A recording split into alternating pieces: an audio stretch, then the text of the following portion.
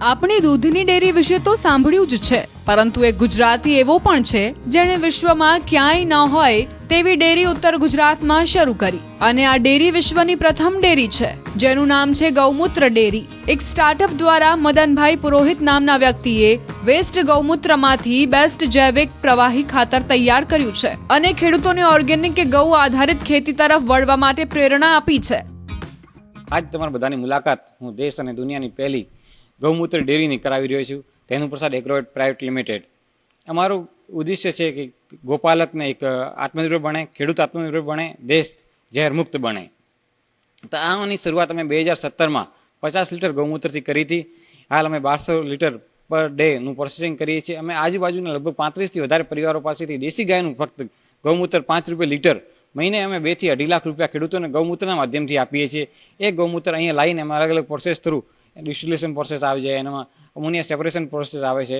એ અલગ અલગ પાર્ટ અલગ કરી અને ખેડૂતો માટે ડીપી, યુરિયા મતલબ કેમિકલ ફર્ટિલાઇઝર અને પેસ્ટિસાઇડના અલ્ટરનેટિવ તૈયાર કરીએ છીએ, જે ખેડૂત આપણા ખેતરમાં વાપરીને ઓર્ગેનિક ખેતી અથવા ગૌ આધારિત પ્રાકૃતિક ખેતી કરી શકે એનું પ્રોપર આપણે ઓપ્શન આપીએ છીએ.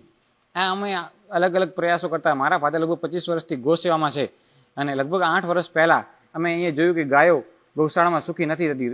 આટલી બધી ગૌશાળા હોવા છતાં પણ ગાયો બહાર રખડે છે અને ગૌશાળા કોઈ સમસ્યાનું સમાધાન નથી, પોતે સમસ્યા જ છે. તેની એના ગાયો માટે હરોચારો ક્યાંથી લાવો, ગાયો માટે સૂકોચારો ક્યાંથી લાવો, અને જે ગાયોનું સંવર્ધન થવું જોઈએ એ સંવર્ધન ગૌશાળામાં નથી થતું. તો ગાય સુખી ક્યારે થશે? તો ગાય સુખી ખેડૂતના ઘરે થશે. જેટલી વાર ગાય ખેડૂતના ઘરે નહીં હોય ત્યાં ના તો ખેડૂત સુખી થશે, ના ગાય સુખી થશે. અને તમે જોજો જ્યાંથી ગાય ખેડૂતથી દૂર થઈ છે, ખેડૂતના ખેતરમાં ઓર્ગેનિક કાર્બન પણ દિવસે દિવસે ઘટી રહ્યું છે. એનું મુખ્ય કારણ છે ગાયનું ગોબર. જે ધરતી માતાનો મુખ્ય ખોરાક છે એ ગાયનું ગોબર અને ગૌમૂત્ર છે. એ ધરતી માતાને નથી મળી રહ્યો.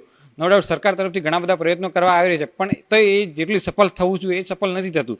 તો આવા બધા અમે ભયંકર પરિણામો જે વાતાવરણમાં છે કે પેસ્ટિસાઇડના કારણે કેન્સર જેવા અદ્ભુત, ડાયાબિટીસ જેવા અદ્ભુત રોગો થાય છે, એ બધું જોતા અમે આ બધું નવો વિચાર આવ્યો કે આવું કંઈક કરીએ જેનાથી ગાય અને ખેડૂત બે આપસમાં જ જોડે. તો જ્યાં સુધી ગાયને ખેડૂતને ગાયથી પૂરી ઇન્કમ નહીં મળે ત્યાં સુધી ખેડૂત ગાય નહીં રાખે. તમે આવો વિચાર કર્યો કે ગૌમૂત્રમાંથી પણ અલગ અલગ ઘણા બધા ઔષધિઓ બની શકે છે, જેના ડીપ, યુરિયાના અલ્ટરનેટિવ બની શકે છે. ત્યાંથી અમે વિચાર લાવીને આ બધું પ્રોસેસ ચાલુ કર્યો.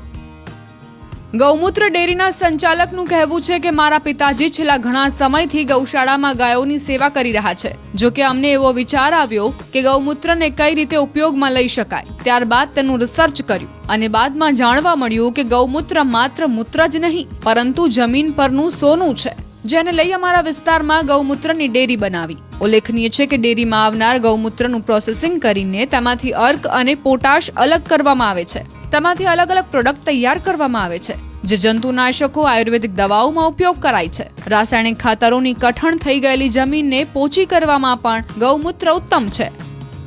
આપણે એક જ વસ્તુ કહેવાની છે કે વેદો, શાસ્ત્રો અને સંતો આ લોકોએ એવું કીધું છે કે ગાયના ગૌમૂત્રમાં સોનું છે.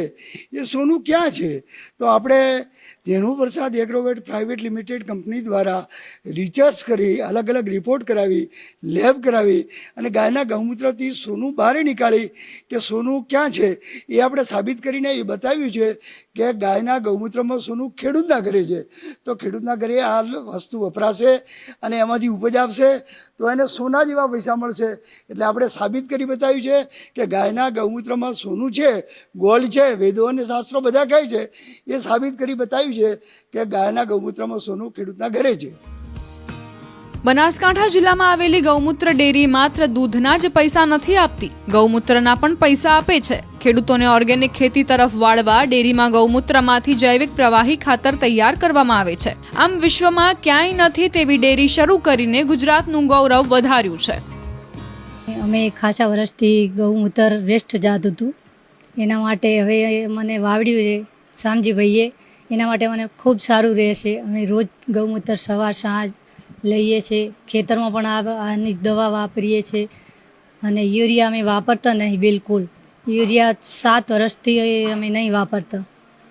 આ જમીનમાં ઉપયોગ પણ સારો મળે છે. બીજું પણ સારું આવક પણ અમે જે ધાન ખાઈ પણ સારું અમને ખાવા મળે છે ખાતર વગરનું આખું. અને અમને 10-15 હજાર રૂપિયા મહિને મળી જાય છે.